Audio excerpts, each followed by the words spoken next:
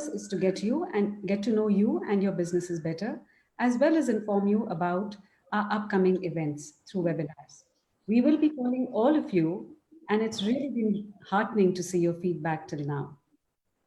Without much ado, I would now like you to join me in welcoming our special guests for the day. Our guest is Namrata Joshipura, a leading fashion designer who has carved her niche in a world much beyond fashion today by reinventing herself constantly. Not to forget our illustrious moderator, Ishaani Vellodi, who is a wellness consultant and a health coach, and so much more. So let's enjoy today's session with our guests. And I will now request our secretary, Prasanna, to start the conversation that we're waiting for.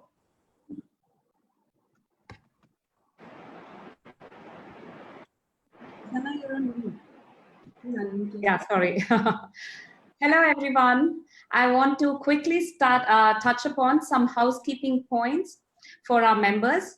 Please note the last date for renewal of your membership is 30th June. I'm excited to share that we have some fantastic lineup of events this month.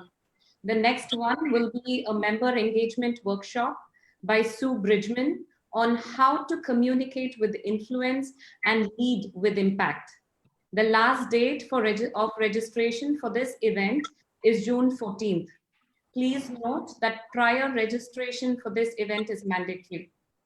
On 20th June, we have a yoga workshop with Shantala Medappa to celebrate International Yoga Day. Then on 24th June, we have another workshop on zero budget digital marketing by Aarti Srinath. I also want to add that today's event will last approximately 1 hour, and there will be a question and answer session at the end. If you have any questions for our speaker, please submit them via the Q&A feature on your Zoom screen, and we will get to them during the Q&A session. Those of you joining us on FB Live, please post your questions in the chat session and we'll get them here. Please note that this call is being recorded for our records. Without further ado, I would like our committee member, Vidya Singh, to introduce Ms. Ishaani Vellodi Reddy. Thank you. Thank you so much. Ishaani Vellodi Reddy is a wellness consultant and an IIN certified health coach who works with women of all ages across several geographies to find a sense of empowerment by optimizing their lifestyles. Her passion for wellness emerged during her career in finance when she realized through her own experiences and those of others how easy it is to get so caught up in a career progression and day-to-day life that we lose sight of ourselves. As wellness became a part of Ishaani's life, she noticed that with each small incremental change she made, there were exponential shifts in her perspective and energy levels until she was able to take on more than ever before with a sense of ease. This became increasingly true when she became a wife and a mother and gained a greater sense of appreciation for the myriad roles each woman plays, even in the course of a single day. After studying at the Institute for Integrative Nutrition, Ishaani has dedicated herself to helping women realize that taking care of yourself, both physically and mentally, is the ultimate form of empowerment. Her approach is simple, actionable, sustainable, and above all, individualized to reflect the uniqueness and beauty of every single woman's journey.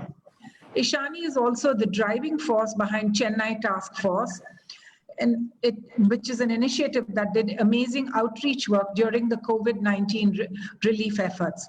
They started working well before the lockdown and are still working actively to help deserving people. Welcome, Ishaani, to the program today. Thank you so much, Vidya Auntie, for that introduction. And thank you all so much for being here this afternoon. I think it's going to be a really wonderful session. And so I think that if you have ever looked for someone who exemplifies what it is to be dynamic, Namrata would be the woman who kind of defines all of that. She started her eponymous line in 1996 after graduating from NIFT. And since then, her line has kind of evolved world over to kind of universally signify what a global aesthetic really is. Before you let that impress you too much, I'd also like to add that Namrata is a mother, and she is also a very, very, very serious athlete. And by that, I don't mean that she works out 7 days a week. I mean that she has climbed Mount Kilimanjaro. She is a marathoner and a very, very serious trekker. And so, as you can see, she kind of excels at everything. So Namrata, so excited to be in conversation with you today. And without any further ado, I would love to introduce Namrata. Thank you, Shani. So Namrata, I want to get started based on kind of what I just outlined and your incredible experiences. The thing that struck me the most, which is, mother, traveler, marathoner, designer, trekker, all of these things are, magnificent feats in and of themselves. What is it that guides your choices that you've made in all of this and helps you to balance it all and make it all kind of coexist and happen? I think that would be just one word: passion. I'm just very passionate about life and everything that builds and makes that life passionable, if there's any such word. So I've always loved the outdoors. I love being in nature. I love design that's sort of inspired by nature. There's Rinku and Prasanna, both are wearing outfits which have flowers, both are designed by me. So that clearly sort of shows my love for nature. So it's actually all sort of connects with each other, which is fashion, fitness, passion for the outdoors. So, sort of because I wanted to make it happen, I've sort of seamlessly got everything connected with one another. Right. Made it work. And now, so the trekking and the running is what really fascinates me. I know that you do have an athletic background and you have for a very, very long time. But of course, running marathons and climbing mountains is a different level of athleticism altogether. How did that start? What was the genesis of that, and what kind of triggered that passion? So, I lived in New York, and my daughter was born in New York. And when she was 3, we moved to Delhi. And when I moved to Delhi, I felt my life was not as active because I was so used to walking around and being pretty active in New York. And I felt the lack of it because, you'd sit in a car and go from place A to place B. So I decided to, start venturing out. So there's Lodi Gardens, which is in Delhi, not too far from my house. So I would take my daughter out, and she was also used to being out a lot while we lived in New York. So while she would play around with her friends and her nanny would be with her, I would walk around Lodi Garden, and that little walk became walk, run, and then it became run, walk, and then it only became run. And I sort of felt that, let me take this forward, and I ran a 10K. My first race was a 10K. Then I started running half marathons. And then a few years back, I decided that, okay, I'm getting older, I want to push my limits. So I wanted to run a marathon. So I decided to train for a marathon, which is, a different animal. Oh, yeah. Completely. Mm-hmm. So, and then when it's about, when you talk about trekking, I've always, as I said earlier, I love the outdoors. Mm-hmm. So I started to experiment a lot with my time, that I had that much time. What gives me most joy? And I figured that it was being in the mountains, and just not being in the mountains, climbing mountains. So, I slowly started with, baby steps, with like day treks and few days, and then few weeks, and then it became, let's try a peak, and then let's try another peak. And, it's like it's a addiction. And now I can't live without it. So that's how it goes. That's amazing. Now, you know, when you talk about that natural progression that happens when you kind of follow your passion, along with it and along with all the good stuff and how wonderful you feel about it, especially things like trekking and running marathons involve a great deal of discipline, a great deal of focus. And not every day, as you well know, is a good day. And not every day is one where you feel like jumping up and, you know, going after it, but it's necessary. So what is the mental evolution that you've experienced in the process of pursuing these things? You know, like you said, both these sort of activities or sport require endurance. Mm-hmm. And it's not just physical endurance, it's mental endurance. Yeah, definitely. So if you sort of overcome the mental part, the physical part is easier. So you have to train the mind, you know, you have to silence your mind. There are days where you don't want to get out of bed. There are days when you have a very hard workout and you don't want to, you know, you just don't feel like doing it. Or you even, once you go out there and you're like, oh gosh, what do I do? So there's just one word, showing up. You just have to show up, right? You got to do what you got to do. Yeah, again and again. Yep. It's this repetitive sort of, when you do something over and over again, it becomes second nature.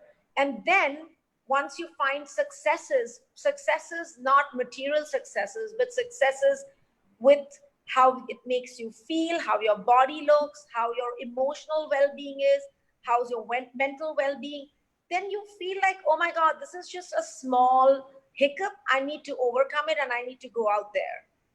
So it's almost like you're having to choose and prioritize the things that you love again and again and again and again. And once you choose it enough times, then it just kind of becomes part of you and part of, you know, how you operate and make it work.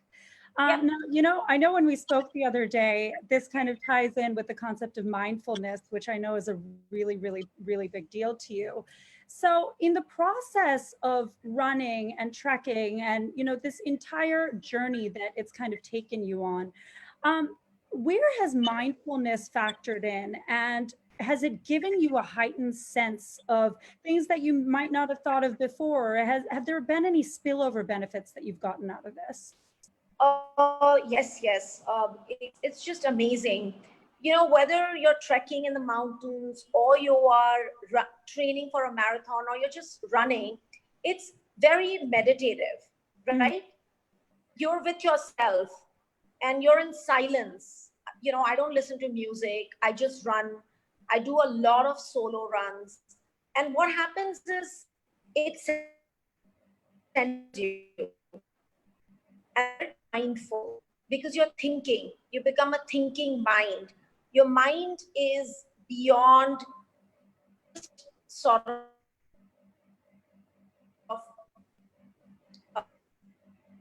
distant take. And of course, there is when you go out for a good run. What happens is, you know, a big part of me, it's what I do as a profession. It's very easy to get lost, that whole space of that dynamic world of fashion, the shows, the party, models, the lifestyle. This part just centers you. It brings you back. And once you're mindfulness is what keeps you centered and keeps you sort of on the right path, so that you continue to be relevant, you continue to work mindfully. Your relationships, you're more mindful in your relationships as a parent, as a spouse, as a boss, as an employer, as an employee, in whichever way you want to, you know, that's my personal experience. So it sounds like the mindfulness has kind of also been a big driving factor that's allowed you to be all these different things and play all these different roles at the same time. Certainly. Yes.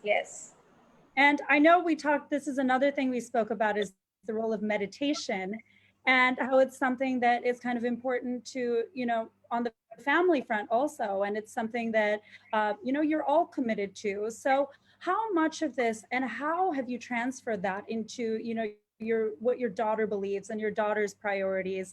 How has that process worked, and what are the things that you want her to kind of absorb from, you know, this journey of mindfulness that you've been on? So, you know, my daughter's going to turn 16. She's a typical teenager. You know, she's, you know, like any other teenager, they're like so self-absorbed. You know, it's all about them and their vanity. And so I always tell her that, Ananya, when you are interacting, whether it's with your mom or with your friends or with in your life, you have to be mindful. And it's, you know, she studies in Canada, and currently she's very, the word she uses is that I'm very disoriented with what's going on. And I'm like, what do you mean? What are you disoriented? You know, that question is bothering. And I'm affairs. She said, well, you tell me to be mindful, and I'm being full of happening around me. That was a sort of indicator that, you know, taking these things to herself, and she is processing them. And that's lovely, because in this madness of life, or, you know, how many likes did I get on my social media, or am I cool, and do I listen to cool music, do I look cool? Mindfulness is missing. So, you know, it's beautiful that if a 16-year-old could react and she said that I'm being mindful of what's happening in the world. So, and what happens is I meditate. Your second question of meditation, I meditate. And with this, everything that we are going through and experiencing is what's called the new normal is not really normal, right? Of course. Families, yeah, families are separated. Like, I have not met my daughter and my husband for 6 months because they are in Canada and they couldn't come here, and I can't go there right now. What's kept me focused and grounded in challenging situations, which may be a business decision or interacting with your business colleagues, is really my meditation practice. It has, you know, it keeps you aligned. It keeps you centered. It keeps you mindful. You are very aware. You know, you're not in a la la land. Allows you it allows you to kind of be present and to kind of take in the moment for what it is, instead of being anxious about what's to come and, you know, stressing out about things that haven't happened yet. So yeah, definitely. As I told you, we've got my 4-year-old son started on meditation already. So fantastic. Yeah. Fantastic. Yeah, I highly recommend any form of meditation. You know, my daughter and my husband do TM, that's transcendental meditation. I sometimes just chant. I sometimes do guided meditation. Sometimes I'm very calm, and that's my practice. Or sometimes just going out and doing a very nice 10, 20, 15K, whatever I want, whatever distance I want to run, a solo run, and that's my meditation. So I highly encourage everyone that when you're mindful of your present, your now, life is less challenging. That's amazing. And I love what you said, Namrata, about the fact that there is no one correct way to meditate. It's really more about creating a meditative practice that works for you. So whatever it is, like you said, it can be, you know, running is your thing. Maybe that's your meditative practice. It can be sitting and quietly listening to music and zoning out. So there is no one size fits all, which I think is really important for people to absolutely be aware of. Now, you know, in all of this dynamism and, you know, the grounding that you have and all of these various aspects of your personality and your ethos, how did you land on fashion as the medium to kind of express all of that? You know, I've been I've been in the business and in the industry for many, many, many years. And it's a very, very dynamic and competitive sort of space. Yeah. And quickly, that to continue to be successful, to continue to be,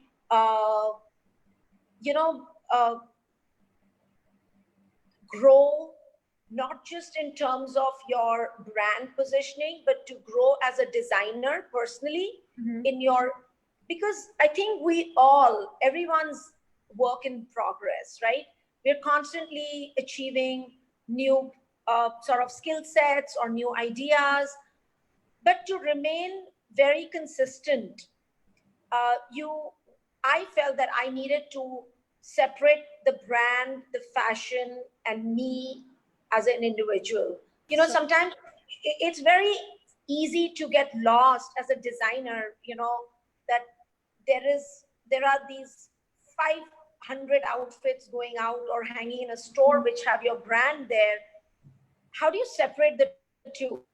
For that, I learned very quickly that, it's important to separate yourself from the brand. The brand exists on certain ethos, and that's my DNA. However, I'm a separate individual. So I've sort of managed, I like to believe that I've managed to balance the two. Mm-hmm. Now, what you said was very interesting about the brand containing some of your DNA. So there is this interrelation between you and the brand. So has there been a way in which the brand's evolution has kind of mimicked your own personal evolution over the years? Great question.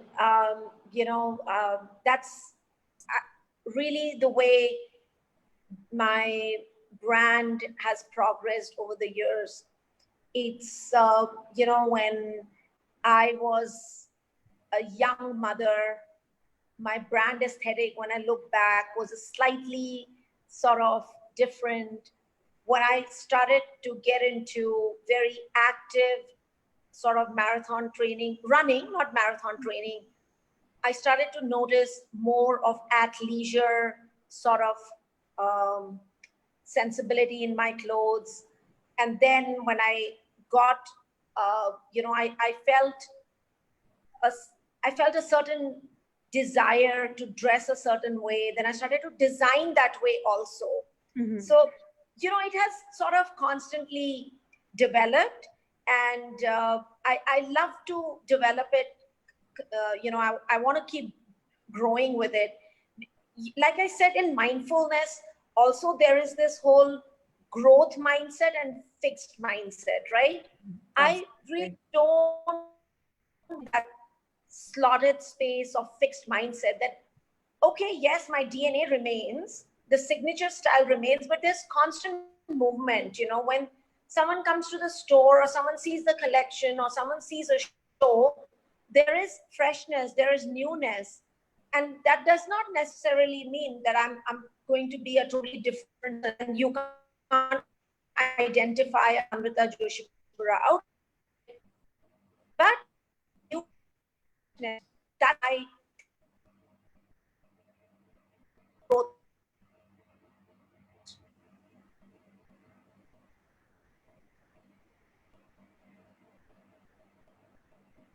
Can't hear you, Ishaani. Yeah, I think it just patched out for a second, but can you hear me now? Is it good now? Yes. So in that regard, I guess that the way you conceptualize your brand is as though it's a living, breathing thing and not just a static creation. Would that be accurate to describe it that way? Yeah, I call them, if I see an outfit being handled badly or it's gone and it's bad and it's wrapped badly, I take a picture of the outfit if it's wrapped badly and I send it to the stylist and I tell them that this is my child. Yeah. You're mistreating my child. They're like my children. My clothes are like my children. I feel so attached and drawn to my work. Now, on that note about how much, your work contains of you, there is this very global nature of your work, which again is a direct reflection of you and the fact that you do live this very global life. Now, your brand is recognized as having a global aesthetic, but in your view, what is a global mindset that accompanies that aesthetic? What is the actual identity behind that besides just what you actually see? So, I don't design keeping a particular person in mind. Mm-hmm. It's a particular sensibility. I am seeking to dress a woman who may live in a tier 2 city in India, but has awareness and a global mindset, Mm-hmm. right? It's not a narrow tunnel vision. And I feel they would not be even attracted to my clothes if they didn't have that sort of Mm-hmm. mindset. Very, appreciative, thankful that there has been, appreciation, and it's because of that client existing global with that sort of open mind, growth mindset. Everything that I spoke about is what I view a client. And it does not necessarily mean that they have to be a certain body type, they have to be of a certain genre of people, or they have to be living in a cosmopolitan city, or no, they could be living anywhere. They could be living in from Raipur to Chennai to Delhi to New York to Vancouver, anywhere. Mm-hmm. It's a certain kind of woman that exists everywhere and is drawn, and that's the woman that I design for, and I'm seeking that woman to seek me. So it's kind of like the woman who is looking to adventure and explore, maybe not climb mountains like you, but just that sense of constantly seeking out growth and dynamic. Well, I like to believe that, but I also, if they're not seeking, then I would encourage them To do you so. know I feel, I wish that sometimes I joke with my team, and I talk to my team, and I, like the way I'm talking, it's with so much passion that I talk to my team, and I joke with them. I said, what if we have this technology where my clothes could talk to women who are buying this clothes and say, hey, this is what I feel for you. My team laughs. They're like, you have bizarre ideas. That's But they kind of do, right? I do believe that the style and the spirit of the clothes does shine through to some degree. And I think that, the attire can certainly take on a life of its own and be inspirational in its own way. Which kind of, although I really would rather not discuss this, of course, in the time that we're in, it's something that's very important to discuss. And, we're, of course, living in a really extraordinary time, and it's extraordinarily challenging as well, regardless of where you are geographically, what industry you're in.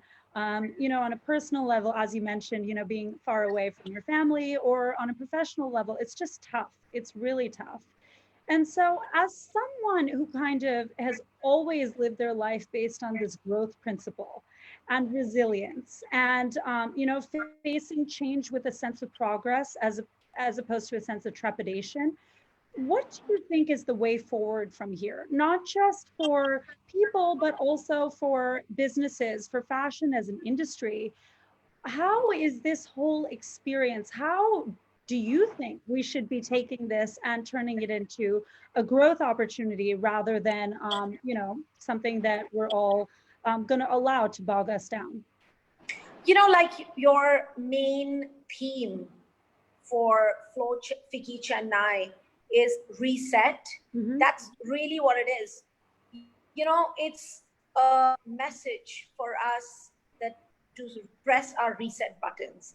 If we are living in the hope that things will pan out to being normal, I think you have to use, no one can tell. No one knows, correct? We Mm-hmm. don't know. No one can answer that question for us. But we do know one thing which is in our control is to sort of redefine our expectations, to pivot as a business, to pivot our business to what we think is essential for growth, to pivot our business to the new reality. And I think going forward, as I said, mindfulness in business also is going to be very essential. You'll have to take mindful decisions. You know, they're not just going to be pure economic decisions. And that's at least how I'm going to function and run my brand. Um, Also, the changes that we are going to see in the coming year or years is that I think there's going to be, everyone's going to redefine consumption. The fast fashion, the disposable fashion, the the question, do I need this? You know, there's a difference between want and need. Do I need or do I want?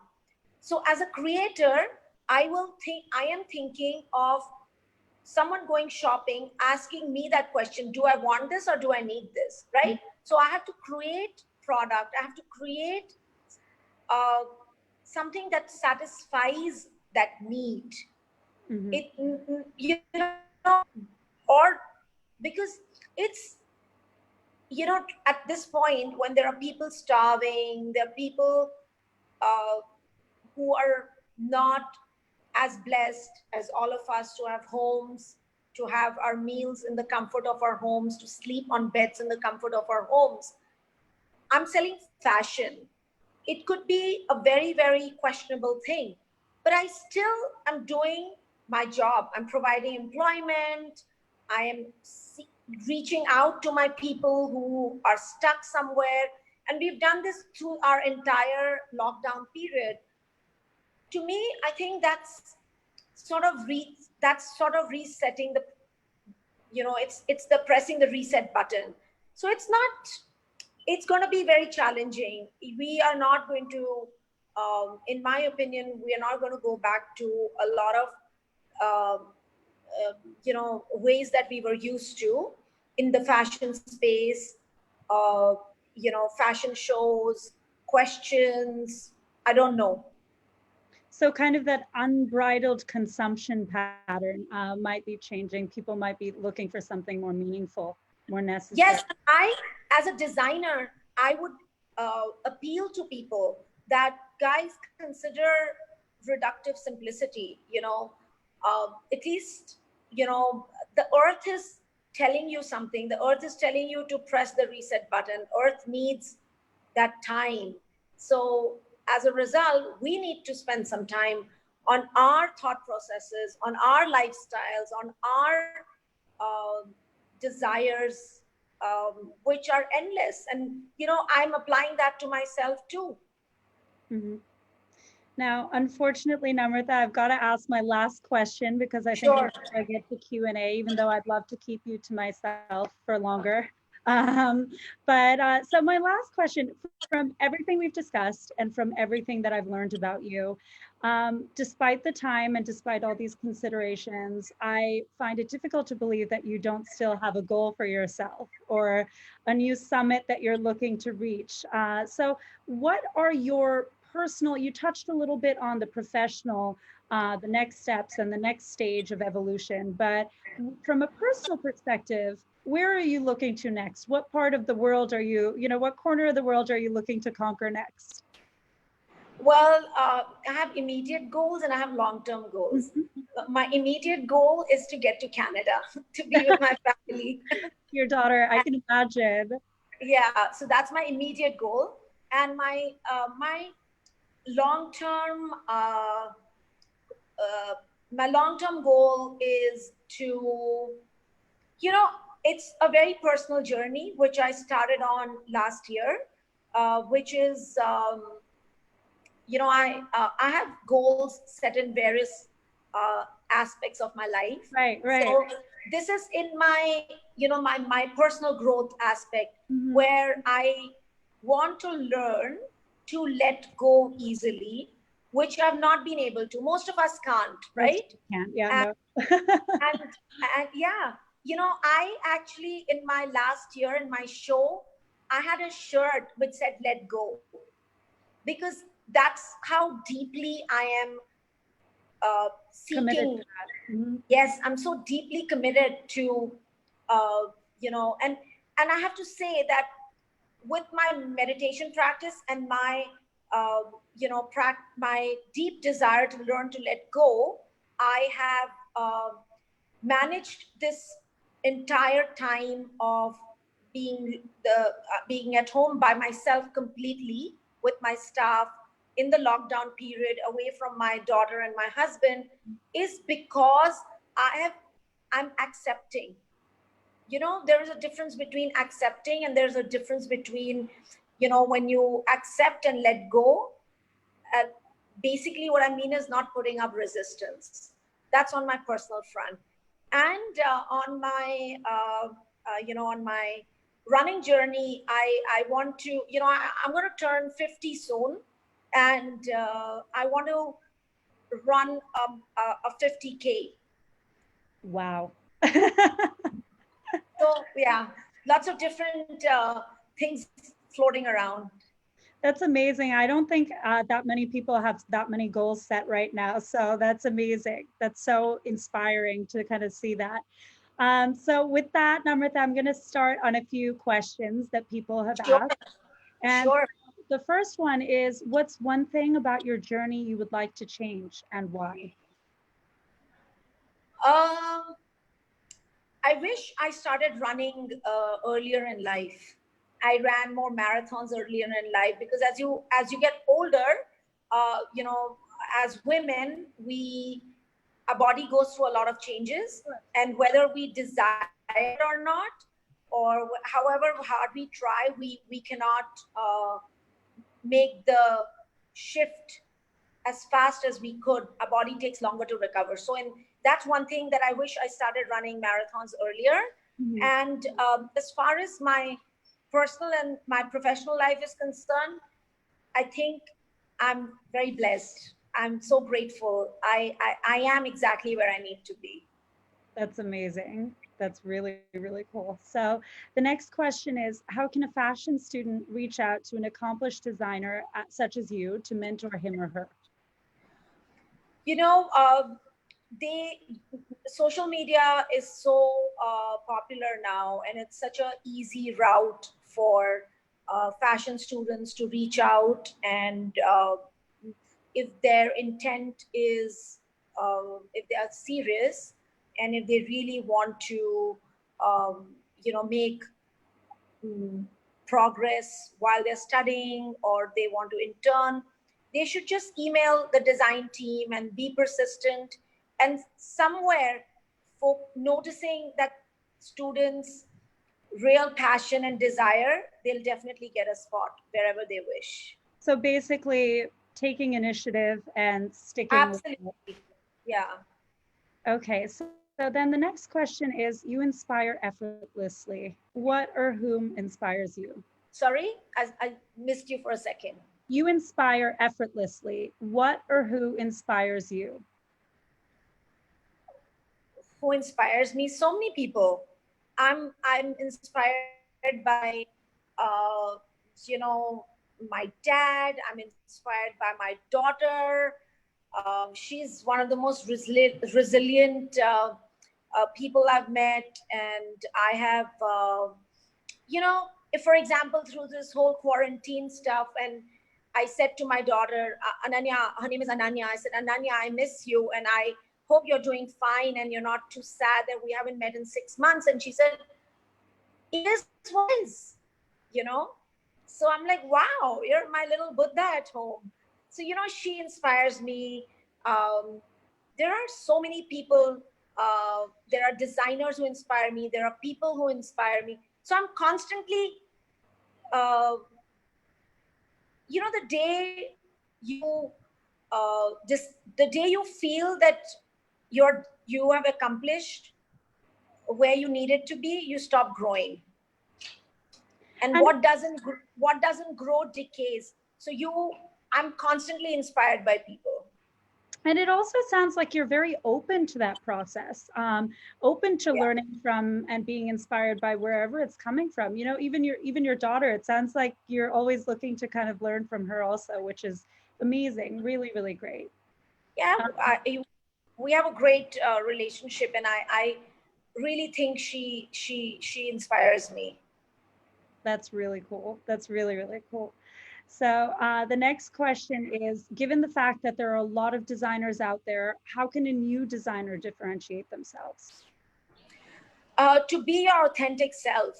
You know, just because sustainable fashion is in, you start doing one collection which is sustainable and wide. Then you see XYZ designer is very popular, say in Bollywood, and makes a certain kind of clothing. You, their next collection, you start doing that. Then you think, then you look at another person and you're inspired, and that person makes, you know, completely different, very minimalist clothes. That's not going to give you success. You have to identify what your DNA is. You have to stick it out. You have to be a resilient designer, committed to being your authentic self, carving your niche, and you know, it's your DNA. You should not change. Add it. You know, there are. It's not an easy. Uh, you know, it's not so simple.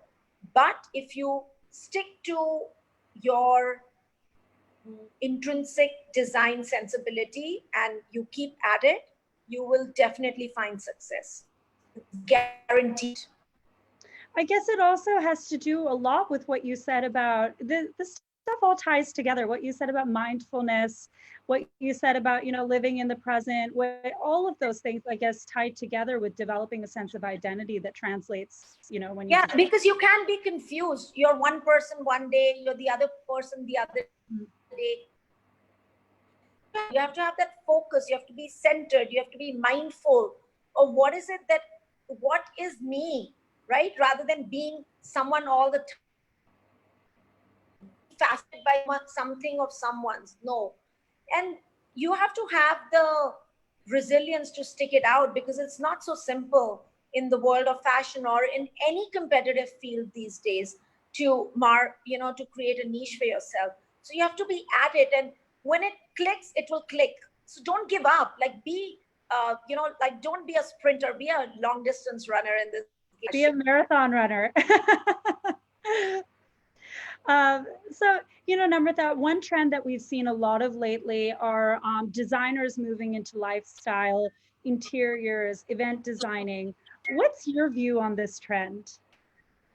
I think, if you can leverage your design sensibility into other space, which is design related or oriented, why not? I think that's a great sort of, you know, you're lending your signature to a different medium. And I think that's very good. I think it's for example, I'm working on an athleisure line, an athletic line. That's because that's my DNA, right? If I can sort of work in that space, why not, right? So if someone can use the design sensibility and decorate a room or a hotel or design a restaurant, why not? It's design after all. I'm really, really excited to see your athleisure line. When are you planning on launching that? Do you know? I think it'll be sometimes next year. That'll be really fun. So do we have time for one more question? Yes? Okay. How has design changed from when you started to now? And what are the to-do things for aspiring designers who would want to design for Bollywood, and why? Design per se has not changed. The fashion industry has changed. It was very disorganized, and there weren't any, stores that one, as a young designer, you could go to. And since I'm talking to an audience which is Chennai, Guys, I have to tell you a big shout out to Chennai, because the first store after I moved, I moved to New York, and then there was a retail explosion happening in India. There were so many multi-brand stores that opened, and no one knew me.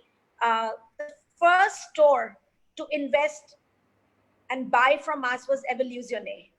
Okay, so Chennai has a very, very special place in my heart, especially Tina. I recognized the brand, and she bought. She didn't say give it to me on consignment. So coming back to your question is that you guys have to, as a young designer, design hasn't changed. The fashion industry has changed. Fashion industry is more organized. It's more competitive. It has more players. It is more dynamic. There are many, many more fashion weeks than what it was when I started out. And as far as Bollywood is concerned, I think a young designer, you have to, if you've not started your label yet, it's a very different space. Bollywood is very different space. But so you should try and get an internship, and work in Bollywood. Try to intern with more than one designer. Depends. Do you want to be a costume designer? Then you have to sort of find designers who do that. Yourself with them as an intern, as an employee, and give it a couple years before you understand. It's a very different sort of space. Also, idea is to work with these Bollywood stars, so they're very known stylists. Go intern with them, and don't have any hassles or hang-ups of, oh, they're just making me pick up this outfit from here and put it there. Well, that's how we all started out. Our journey has all begun like that. You don't start designing on day one. It's a curve that you climb slowly. So that's what you need. So I think we have time for one more.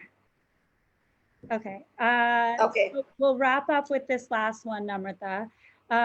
Do you see online retail as the way forward for high fashion brands?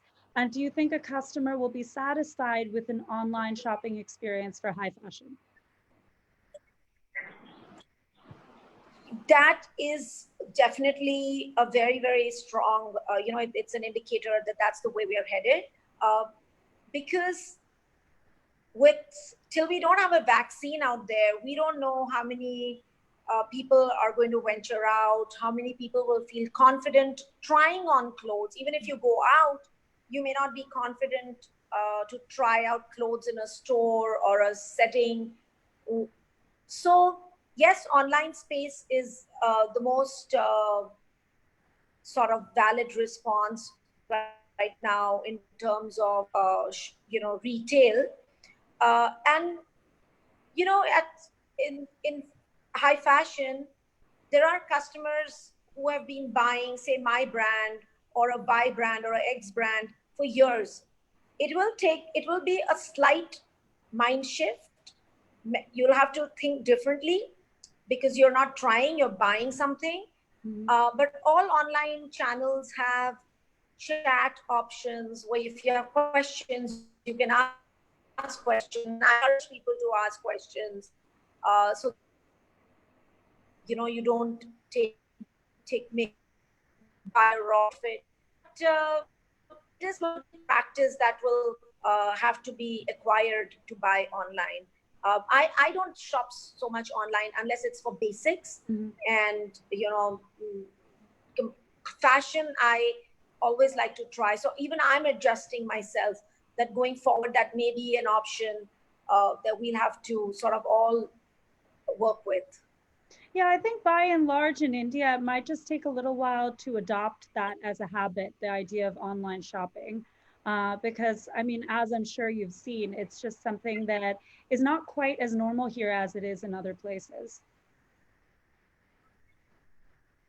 Right.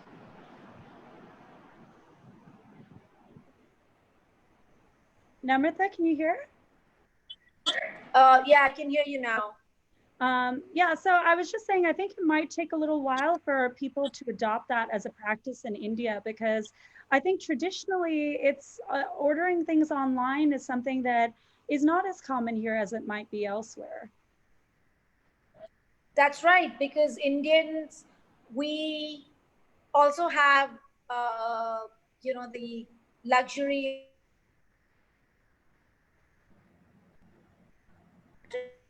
also more, brick, but uh, the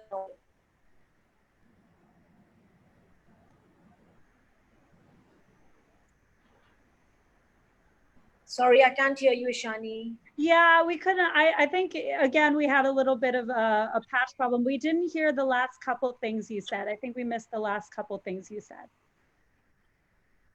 Oh, I'm sorry. I said, yeah, it's going to happen, but it might just be a little while before the Indian customer gets used to that. Got it. So unfortunately, Namrata, I do think that we have to wrap it up. And Right. I'm so glad that I got a chance to chat with you. And I think Likewise, all of us can agree that this was a lot of fun, really interesting, and really energizing too. Really, really energizing. With that, I'm just going to hand it over to Jayshree Ravi to give the closing remarks. And Namrata, again, thanks so much. That was so much fun. Thank you, Ishaani. Firstly, I would like to thank you. Thank you. Firstly, I would like to thank Namrata for taking the time out for us. Namrata, your journey and the life that you live is as beautiful as yourself. I hope you climb many more mountains, run many more marathons, and you fill your living room with awards and medals. It was nice to hear that you meditate regularly, and I'm sure being a fashion designer, your work itself is meditative, and your thoughts on mindfulness and letting go was very inspiring. I thank Ishaani for moderating the conversation with great insight and bringing out the best in our speaker. I thank all our past presidents, past chairpersons, and GB members for joining us today. And I thank all the attendees of Chennai chapter and other chapters all over India. Your participation keeps our spirits high and helps us to get better with every event. Hope to see you all once again very soon.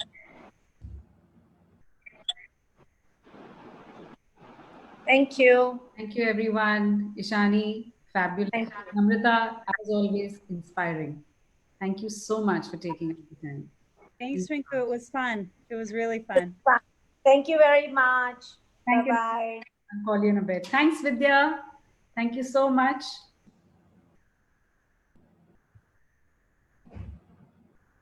You're on mute.